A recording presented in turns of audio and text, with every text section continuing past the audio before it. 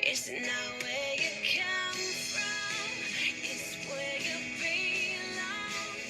You are home with me, right where you belong.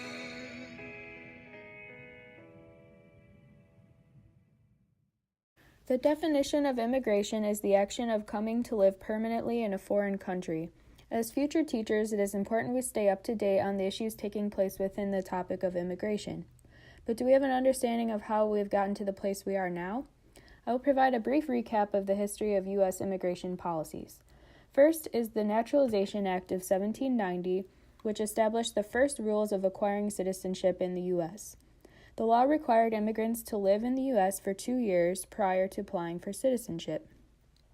The Immigration Act of 1864 established a position of the Commissioner of Immigration. In 1882, the Chinese Exclusion Law curbed Chinese immigration. This was the first federal legislation restricting immigration.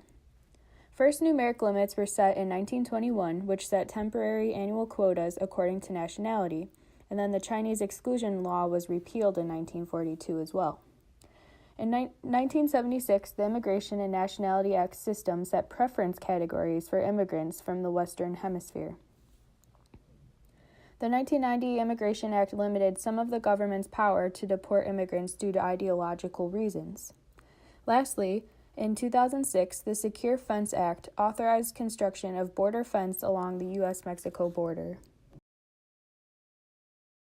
People have different views about immigration and how not only the education system is affected, but how the immigrants' education itself is affected.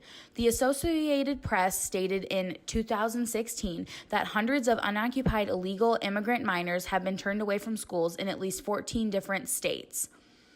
Although it is illegal for students to be turned away, even if they are here illegally, it is still happening more than we even know. Some people believe that the way the education system is set up in America is only setting immigrants up for failure. At the same time, some people believe that the school system is suffering because of illegal immigrants being allowed to attend the schools.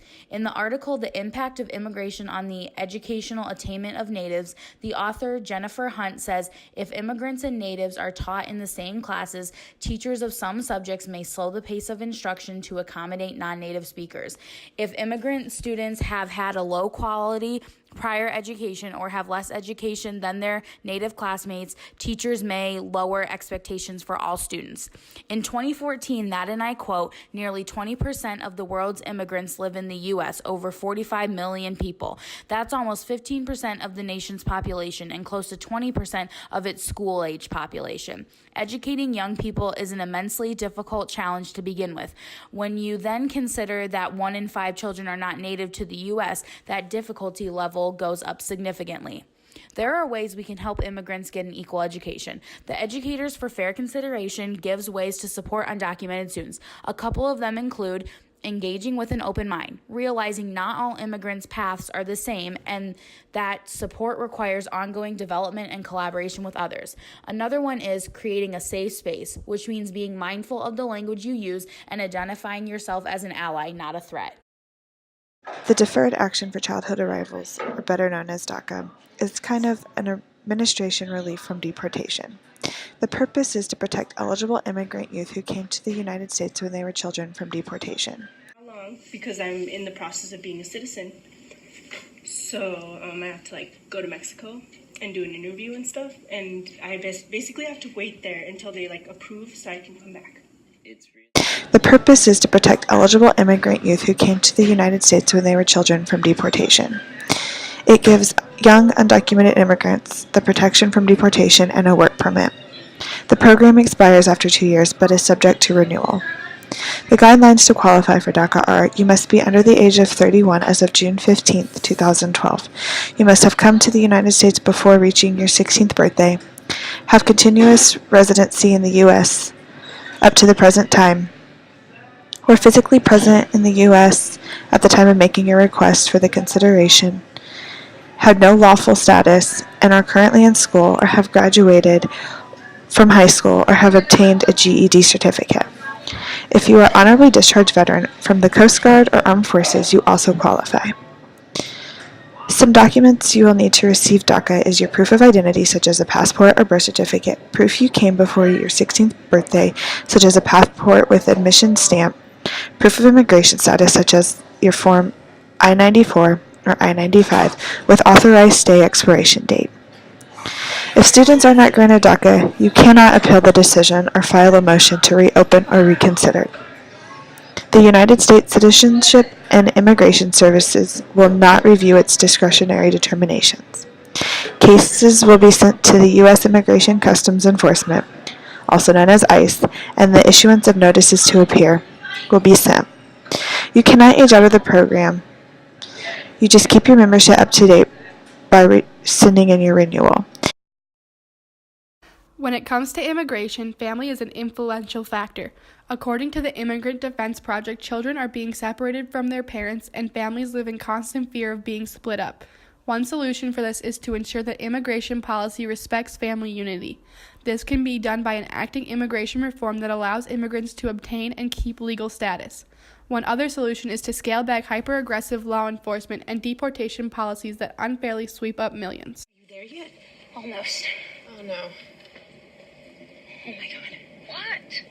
ICE is here. Okay, I gotta go. Speak to the plant. You guys speak to the plant. Who's this? She's our daughter, but she was born. I was born here. Look, here. Yeah, but my sister, she's my guardian. What is Jimena? Wasn't she with you? Es que sí que estaba contigo. ICE, they were after her, too. No, but she's okay, right? She's at a church. Está bien, she's okay. They chased us like we were criminals. Like if we robbed a bank or killed someone or something. They took my family away. Oh my god. For no reason. You know, we're good people. We haven't done anything wrong. Okay. Just keep thinking of tomorrow. I feel like my heart's in my throat. And I just want this nightmare to be over.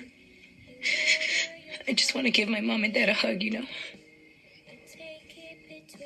To arrange for care of Penelope, after which they are to report to Immigration and Customs for immediate deportation.